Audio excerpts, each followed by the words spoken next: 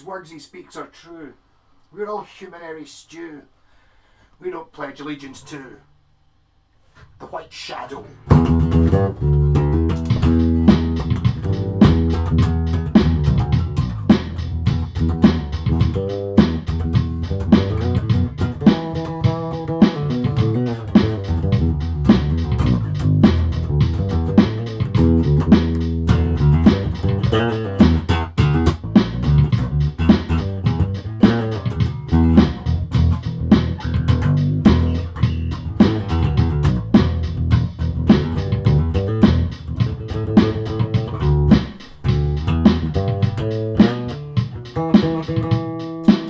Yeah, that's probably exactly. Hey YouTube. That's probably the exact same joke I made last time about this, which was just about. I seem to remember it either being Christmas Eve. I think it was Christmas Eve I saw this base last year, and I did a deal on it. I maybe made a mistake. It had like a buy it now on it, which was quite a good price, but it also had a starting bid, like half the price of the buy it now. So I was sitting there going, "Oh, did I just buy it now? Did I just buy it now?" So I didn't. I put in like something slightly higher than the starting bid, and then sat for a whole week going, "It's going to go higher than what the original buy it now was," and eventually it didn't. I got it for peanuts. This is a Vox White Shadow. A really interesting looking headstock. This shape as well is one I've not seen. The reason I've dug it out is I have finally got round to putting strings on it. I bought this. I think the strings on it might have been the original ones from 1984. They really were the deadest strings ever. They're all lumpy. I boiled them up and tried to scrape them with like Brillo pads and stuff just to try and make them work at all. I did actually take the device into the studio one time with the Black Sabbath bands and it worked alright, but it's much nicer with nice strings on it. This time I put on slightly thinner strings. Well, to be honest, I kind of bought the wrong one, but mistake. So these are my favourite strings just now on the bass, because I used to buy these years ago. They're like a tenner a pack or something like that, so they're sort of medium price. They're half the price of Roto Sounds, but not the cheapy ones. These are 40s to 100s. Normally on a bass I buy 45 to 105. Never really done any experimenting with bass strings because bass strings are so expensive that, and I never change them, which I should obviously. So these are slightly thinner. The reason these were going to go on the Vulture, which is down there, but I've been tuning that to C sharp in the studio, and I figured it's like if you've got thinner strings and you tune it down to C sharp, they'll go floppier than if I put the 45s on that, or the 105 to 45s on that. It's probably better having thicker strings if you're detuning. At least that's my thinking. So Vox are a funny company. See, I've put I think I might have said this before, I bought this Beatles strap. I don't know why, so sometimes you just sit on eBay and you go, oh, that's interesting, put a bid on it. I worked too cheap. So Vox, Beatles, although maybe if the Beatles had still been going in 84 they would have used something similar to this shape. So to me it's kind of like an Ibanez RG, apart from it's got it's really weird the way this is sort of like the opposite of a jazz bass. Instead of sloping this way, it slopes this way, which is kind of weird. Massive blocks on the bridge. One of the original grub screws isn't original. I probably actually got one of them. Maybe I should have looked at it before the video, but I'll probably replace that. Technically it doesn't make any difference how it plays. Volume and tone, and I think it's a phase switch, and I'd imagine a Gotoh DiMarzio clone. I'm just going to be really geeky here and see if it's got, this is how you test whether it's a Japanese or an American pickup. So if it was an actual DiMarzio, it would have imperial size slots on it. Nah, it's a 2.5mm Allen bolt that goes into the image. That means it's not an American one. It's not a DiMarzio, so it's a DiMarzio clone. So it's like a Gotoh or something like that. It's got the sort of, I suppose, quite modern tuners. No serial numbers on this. It's it does have a sticker there with a number on it, but I think that looks like it might be from an auction house or something like that, maybe. Like on a paper thingy, 2652, like hash symbol 2652. So if anyone else has got one of these and you've got that sticker on, maybe that is the serial number. Maybe it does mean something. I did research on this. I've not seen another one since I bought this one, like coming up for a year ago. I have been sort of looking. There was someone was selling a guitar at one point. The guitar versions are quite fancied. So 1984, made in Japan on the neck plate. It's a Chushin built guitar bass, I think. There's a few things that it kind of just looks like one, if that makes any sense. Just something about the way it's built.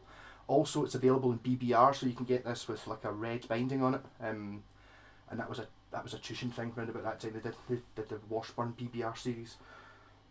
I looked up some stuff online. There's not really that much, but there's a picture there of 4 basses in the range, and there was more than 4 basses in the range because this one isn't one of them. So there we've got like what looks like this, but it's got 2 jazz bass pickups. Then we've got what looks like this with 2 jazz bass pickups and fretless, and then we've got one with looks like one humbucker in it, but it's a 5-string, and then there's one which you can't see because it's dark, but it's a 5-string as well. So I think white's probably a more sensible colour for a white shadow, but so it's a black white shadow. It's got a white strap on it, which I'm actually finding a little bit thick, to be honest. Maybe it's helping. So I didn't know you really got 5-string basses in 1984. Looks like you did. They just maybe didn't sell very many of them. You can see it's got the other tuner in the bottom, so they use the same headstock. They've just put a tuner in the bottom, like Music Man style. But yeah, so this is a really nice bass. Because it had such old strings on it, and I don't know whether I didn't have any money at the time or I just never really got down to it, or I got another bass and sort of quite after it, sort of forgot about it. But it's really nice. It's the thing that I think maybe put me off a little bit is fingerprints on it. Should I give it a wipe? The P bass pickup is very near the bridge in a bass, which, you know, when you go here it'll get deeper and bassier. Same, you know, if you think about like a Tele or a Strat or something, you know, this pickup's the bright one, this is the bassy one. So this is kind of, and I would expect a P bass pickup to be sort of more here. If you look on that one, that's not a good example because it's got a P and a J, so they've moved the P bass pickup up the way because they've got that one. This is more the position where you would expect it to be, so it's kind of that much away from the bridge. Whereas it's really basically the thickness of one of these pickups. If you just slid it up so that this was in line here, then it would be where I would expect it to be. It's also 24 fret, which is quite weird. That might be, I don't know, whatever. Thinking, you know, 24 fret 5-string in 1984 seems to be pretty advanced. Vox made, as you know, amps and stuff, but the name changed hands a few times. The original Vox guitars were sort of 60s and from, I think they were built in England, I think. Sort of crazy looking things. I don't think they were a particularly high end brand. I think they were quite budgety. You don't see that many of them. When you do, they kind of look a bit funny. You know, it's like they've got sort of non-standardy looking parts to what we're used to seeing now. Obviously Brian Jones had his teardrop shaped one, and they had crazy, like they did a sort of whole range of ones like that were crazy, like a 12-string one with tremolos and thousands of switches. But this is when they moved. After that, they went to, I don't know what they did in the 70s, but in the late 70s, early 80s, they went to Matsumoku in Japan and got a guitar range out, one called a Custom 24 and a Standard 24, I think they were called. Sort of through neck, very Japanesey looking early 80s guitars, a horrible headstock though. Actually, I nearly bought one of them in Oban, actually, just at the start of the lockdown thing, and I'm not driving to Oban during this, so I didn't end up not buying it. I was trying to get my wee brother to pick it up, but it never transpired. They look pretty good, and then the Matsumoku ones lasted a couple of years, and then they disappeared. Then there's very little information about the White Shadows, which I think again only lasted a couple of years, and this is what they look like. It's a sort of crazy thing. I don't think if you manage to find one, I don't think it'll be very expensive considering what you're getting. But then again, people want a P bass. This kind of is. It's a sort of slightly more evil looking P bass, I think, and obviously the pickup being there instead of here is a little bit different. Yeah, and I really like that headstock. It's sort of like a Firebird or a Thunderbird has that sort of headstock. And you know, there's a few things that drew me to this. The headstock, the overall shape, the pictures I saw. Whatever angle they were at, it didn't look like it had. It looked like it was more of a normal bottom end. But I like this sort of spiky scoop thing. That's basically just what happens. I think. Well, basically what happened in the RG. You put 24 frets in it, you make the scoop a bit deeper, that makes this bit a bit pointier and this bit a bit pointier, and you end up with... I need to actually try and play the 24th fret. I don't think I have any other 24 fret basses, or have ever had a 24 fret bass. Not one that's mine anyway. I've maybe had some in that I've maybe bought, fixed up and sold, but I've not had any that I've actually kept. So that'd be interesting. That'd be quite good because you get your open E. That's quite buzzy. What was that? Okay. You get an E, you get an E, and you get an E. So that means you can go.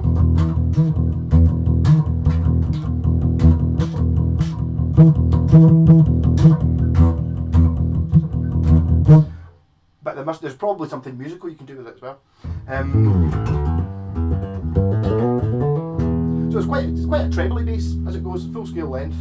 It seems very long, but again that could just be, a lot of these things are maybe just to do with where the strap's sitting. Maybe if it was sitting more here it would seem short, but because of where the strap button is, it kind of feels that's quite a distance away. I keep hitting it off things. It balances not brilliantly, but not bad. This strap, because it's quite thick, is probably helping the balance and making it ding. It's got a bit, this bit here keeps sticking out my back, and I keep feeling it, thinking the strap's twisted.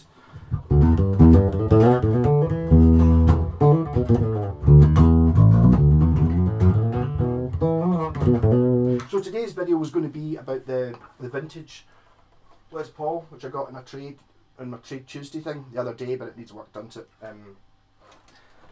It's sort of danger a little bit when you buy a guitar that's not, it's like, it's not just not working, it's got something disconnected on it. Like, see if you buy a guitar that's got no strings on it, you start wondering, why do it not have strings on it? It's because when you put strings on it, it buzzes all over the place. That one didn't have the volume and tone knobs connected up, which I've sorted. But then as soon as I started playing above the 12th fret, and it's like, oh, something's wrong here. I needed to bring the truss rod back. Brought the truss rod back, realised why the truss rod had been brought back. It's because the nut's been cut. I think it's got a bone nut stuck to it, and it's not the right one. Someone's made a mess of that. So I'm in the process of sorting that just now. And I thought, sod it, I've had enough, I want to play something, so I'm going to play this. And I'm going to put strings on it, because I've had these strings for about a month now. And about 3 weeks ago I thought, I'll put these on that Vox bass. It was either the Vox bass or it was the Aria Pro, the one that's got 2 P bass pickups in it. Because the strings on it are like even more dead than this. They're probably original from 86 or 87 as well.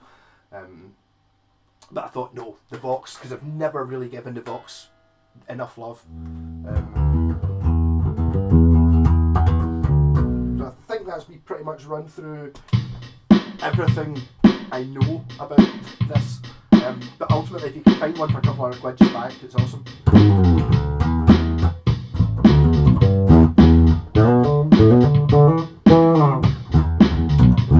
And phase switch, which is a wee bit clicky.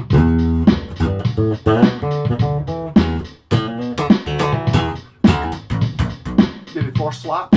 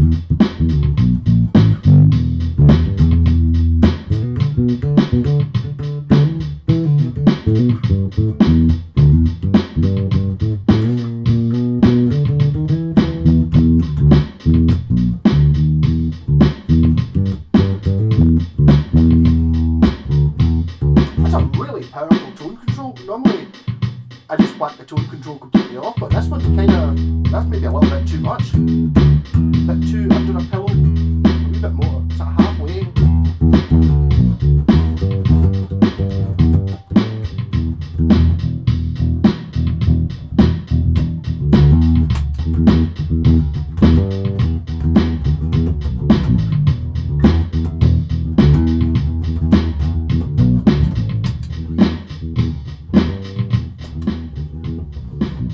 next I'm going to do a double net, a double bass fuzz jam as usual.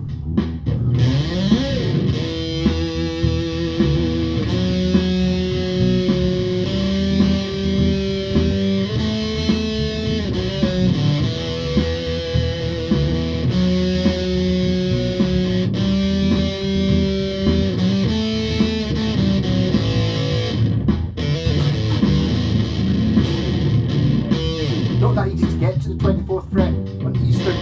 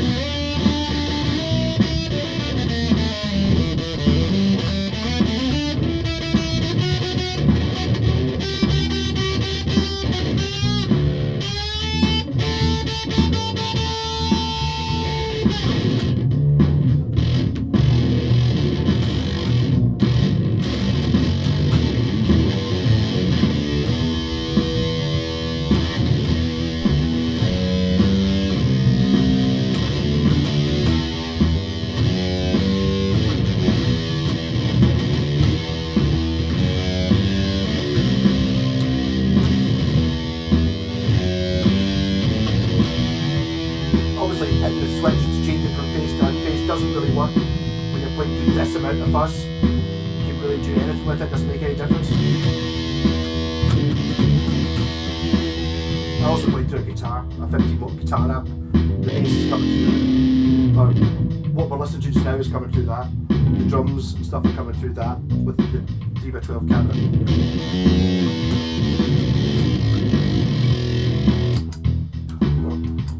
Why is the face pedal not working? Flange pedal's working. Can I do anything with that?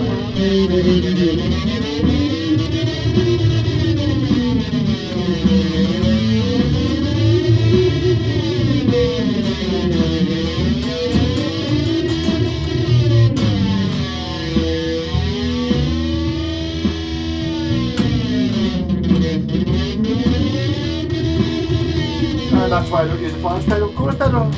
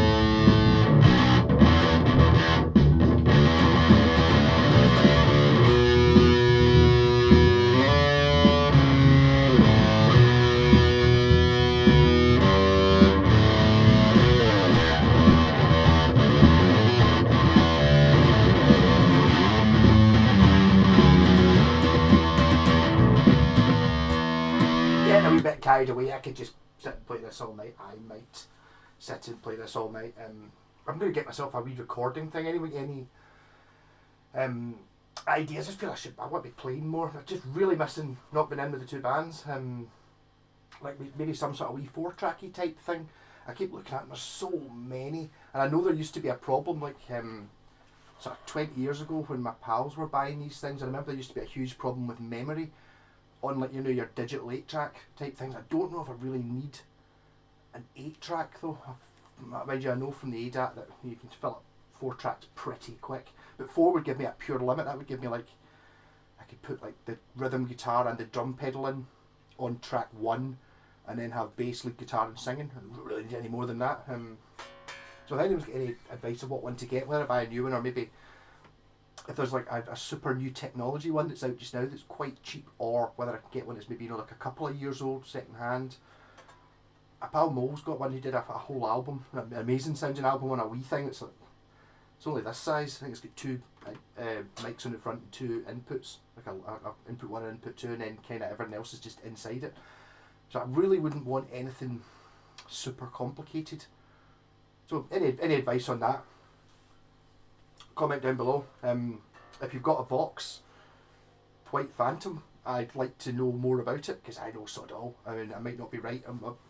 With pretty much quite a lot of the information I spout on here is it's what I reckon, or what I've sort of found by sifting through tons of rubbish on the internet to try and make sense of these things. So they didn't bother keeping. It's different when it's a company like, but I'm not even sure it's that different if it is a company, you know, like Gibson or Fender or Ibanez that's been running since then. Whereas Vox, although the brand I don't think's ever disappeared, I think it's been owned by lots of people, and I'm not sure. I think the guitar brand and the amp brand were the same, and then weren't the same. And I mean, did Vox not owned by, was it Roland or something like that now? Do you not get a wee? I think you get like a wee mini amp head that's made by Vox, which is I think it's made by Roland or Boss. Roland and Boss are the same thing. Not quite held tunes. I just put new strings on it. I reckon that's. Yeah. So apologies if your tone, whatever you call it, pitch perfect. You'll notice that I was completely out of tune from when I started there because these strings literally went on it 2 minutes before I hit record.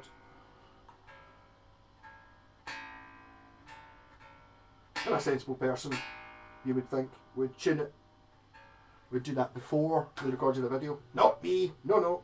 I'll forge my own path into silliness. Well, that's a good idea, or not, it's not.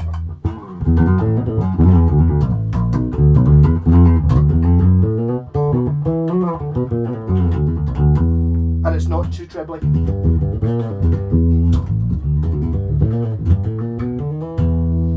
Playing wise, it feels amazing.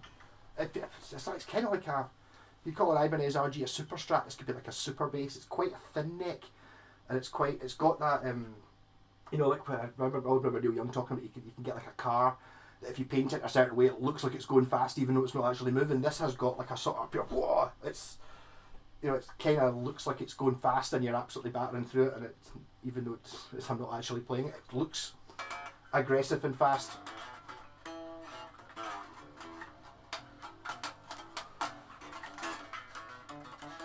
But fully pro bass, I would have absolutely no problem gigging this at all. The reason I don't gig it, well, apart from the fact that we can't do gigs just now, is I've got so many basses. If we ever get to the stage of playing like a gig every couple of weeks or a gig a week, I'll probably rotate the basses just so that I'm playing something different. It'd be quite good for seeing if there's any photos of, what gig's that? And it's like, haha, well, it must be blah blah blah because I'm playing the Vox or I'm playing the Washburn or one of the many guitars I've got.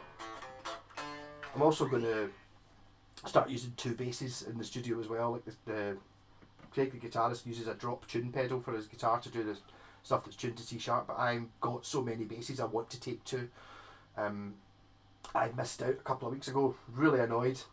It's like the dangers of eBay when you're sitting there thinking, right, if you want to get it cheap, you don't bid on it now, you wait till the last 5 seconds to go and then put your bid in. And I was so it was a double bass case, not for a double bass, like a rock bag thing that took a gig bag that took 2 basses, and it was sitting there, and it was like you're sitting there like a fiver. I thought, right, I think it was a fiver and a fiver post. It's like a tenner. That's going to be awesome. I'll not bid just now so that nobody else knows I've seen it. And then I forgot about it. It ended up going for like £7. It was just So that's the danger. If you set an alarm or something so you know that it's going, then you'll be laughing. There's all these tactics in eBay. So interesting video coming tomorrow. I had a wee road trip yesterday, which I was going to put out last night. I was back too late. It was going to take too long to edit, and I thought, no, I'll just make that the Tuesday thing because my trade Tuesday, because I did do a sort of trade on it. I'll maybe talk about the vintage as well to make it actually properly. But trade Tuesdays kind of become more of a sort of a bit of a World Tour of Scotland type thing. I don't want to put out too many car videos. I think it's going to get boring quite quickly. So I'm kind of not want to put out lots of car videos. So rock on, have a great week. What's today? Today's only Monday, so have a great rest of the week. Everyone will be back to normal next year. Rock on!